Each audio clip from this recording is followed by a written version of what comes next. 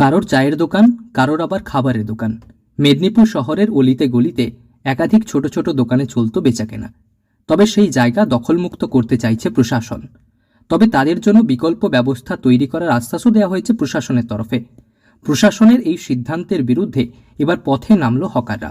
মেদিনীপুর শহরের প্রাণকেন্দ্র কলেজিয়েট ময়দান রোডের হকারদের রাস্তার পাশ থেকে তুলে অন্যত্র ডিআই অফিসের গলিতে সরানোর কাজ মেদিনীপুর পুরসভার তরফে শুরু করার পরেই মেদিনীপুর শহরে শুরু হলো হকারদের বিক্ষোভ।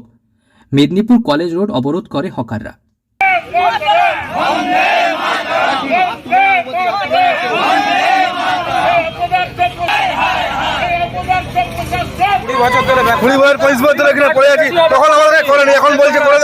খাবো কি আমরা যাবো কোথায়? আমরা বলছিলাম রাস্তায় বসে উঠে বললে উঠে এলো। আমরা চাইছি আমাদের এখানে পাকাপুকি ব্যবস্থা করে দিক, স্টল করে দিক, আমরা চলে যাবো। হকারদের দাবি, যেখানে তাদের সরানোর সিদ্ধান্ত নিয়েছে পুরসভা সেখানে কোনোভাবেই চলবে না ব্যবসা। তারা চান মূল রাস্তার পাশে তাদের পুনর্বাসনের ব্যবস্থা করুক পৌর প্রশাসন। না, আমাদের স্টল এখানে থাকলে এখানে ডিআই অফিস ভেঙে দিবে। ওরা বলছে হ্যাঁ, আমার খাওয়ার দোকান, চা দোকান ছিল আমার 20 বছর। যদিও প্রশাসন সূত্রে খবর, মুখ্যমন্ত্রীর নির্দেশ মতো এলাকা যানজট মুক্ত করতে হকারদের সঙ্গে বৈঠক করেছে প্রশাসন। এরপর তাদের পুনর্বাসন দিয়ে অন্যত্র সরিয়ে এলাকা মুক্ত করার কাজ শুরু হয়েছে। সেই সিদ্ধান্তের বিপক্ষে প্রতিবাদ জানিয়ে রাস্তায় বসে বিক্ষোভ দেখায় হকাররা।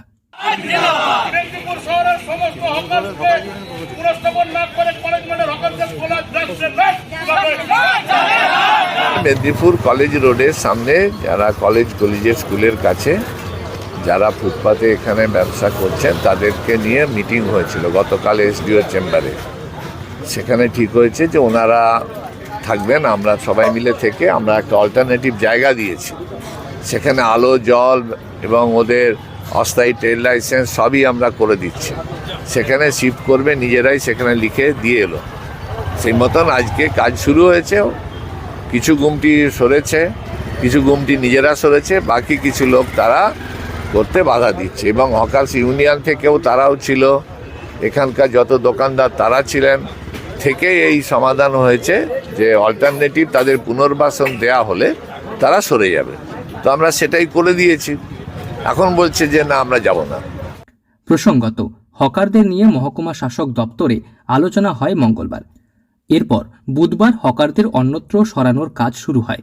প্রশাসনের কর্মকর্তারা এলে বিক্ষোভ দেখায় তারা। মুখ্যমন্ত্রীর নির্দেশ মতো শহর যানজটমুক্ত রাখতে এই উদ্যোগ নেওয়া হয়েছিল।